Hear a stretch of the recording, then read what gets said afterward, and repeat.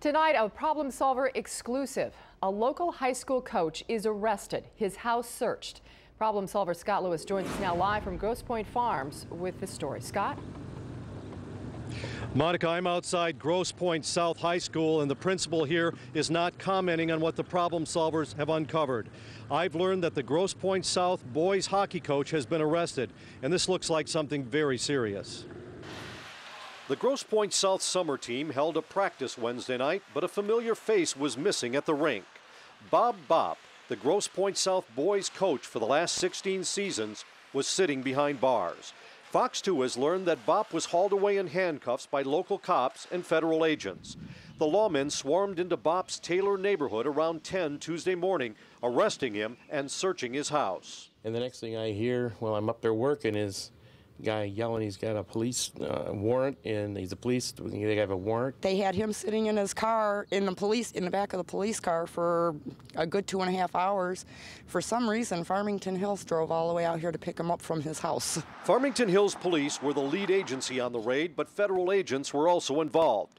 Neighbors watched as police searched the coach's home and hauled out cardboard boxes and guns. One I could tell was a 30-30 because my son has one. And then the other ones they were carrying like down to their sides, like they didn't want anybody to see what kind of guns they were. Looked like 2 assault rifles, like fully automatic type of stuff. And then I seen them loading boxes in the van, but you couldn't see what it was. They had the van back in the backyard, and they were pretty much concealing whatever they were putting in the van. Farmington Hills police won't say anything about the raid except to confirm they're conducting an investigation. Neighbors were left guessing as to why the Grosse Pointe South hockey coach was arrested. They wouldn't tell us exactly what for, of course they can't, but they said that he will not be returning.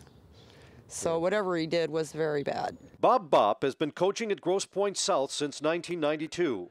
This is Bopp doing a cable TV interview in the mid-90s. Yeah, basically for the 3 years I've been here, that's the way we've played. We've been a high-scoring team, not very physical. We've had a lot of skilled players. Bopp led the Blue Devils to a state championship in 2007. He's influential in coaching circles and just finished a stint as president of the High School Hockey Coaches Association. Bopp is known for his introverted and awkward personality. Neighbors say they didn't see much of Bopp, and he rarely spoke to them. They did notice one thing unusual. When I told the feds that he was receiving FedEx stuff twice a week, they right off the bat, big boxes, and I said, yeah, and he said, that explains why that stuff's in the house. My law enforcement sources have shared some specific information with me on this case, but I'm not able to reveal it right now because no criminal charges have been filed. But I can tell you this is serious stuff, and the problem solvers are going to stay on it. I called Grosse Pointe South Principal Al Diver for comment, and so far he hasn't returned my call.